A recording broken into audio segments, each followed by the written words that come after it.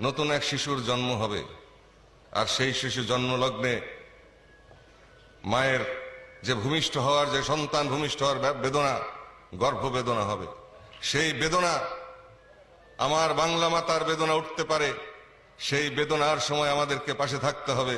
নবজাত শিশু আসবে, প্রয়োজন আমাদের ধাত্রীর, প্রয়োজন আমাদের জ্ঞানীগুণী ধাত্রীর, প্রয়োজন আমাদের জ্ঞানীগুণী চিকিৎসকের, প্রয়োজন আমাদের জ্ঞানীগুণী সেবকের। আর সেই সেবক তৈরি করার নিরলস প্রচেষ্টায়, কেবলাজান হুজুরের আদর্শে আদর্শিত হয়ে, কেবলাজান হুজুরের শিক্ষায় শিক্ষিত হয়ে, কেবলাজান হুজুর প্রদর্শিত পথে আমরা আমরা পরিক্রমণ করে, কেবলাজান হুজুরের প্রদর্শিত পথে আমরা চলে, আমরা সেই পথেই লক্ষ্য অর্জন করতে চাই।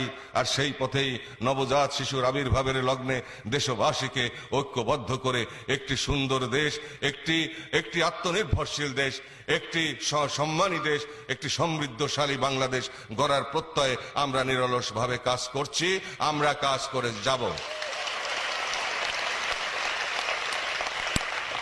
খানিকক্ষণের মোহে মহান্বিত আমরা নই, আমাদের প্রয়োজনও নাই, কিন্তু যেই পরিস্থিতি, যেই প্রক্রিয়ার মধ্যে ঘটনা প্রবাহ চলমান, তার ফলাফল কি হবে আমরা তা খুব ভালো করেই জানি।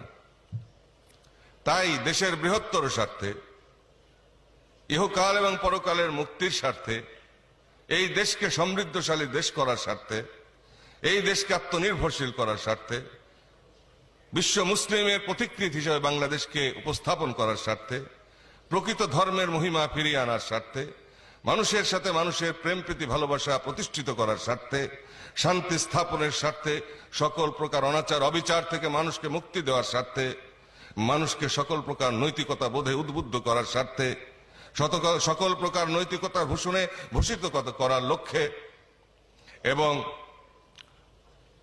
সার্বিক কল্যাণ এবং মুক্তি এবং সাফল্যের সর্বোচ্চ পর্যায়ে পৌঁছার স্বার্থে আমাদেরকে এখন থেকেই কাজ করতে হবে। আর সেই কাজ আমরা অব্যাহতভাবে করে যাচ্ছি। আজ থেকে 65 বছর আগে একটি জীর্ণ কুটির থেকে যেই পথ চলা শুরু হয়েছিল বিশ্ব অলির, তা আজকে ধীরে ধীরে ধাপে ধাপে মহিরুহু আকার ধারণ করছে। বাংলার আনাচে কানাচে সেই সংবাদ পৌঁছে যাচ্ছে।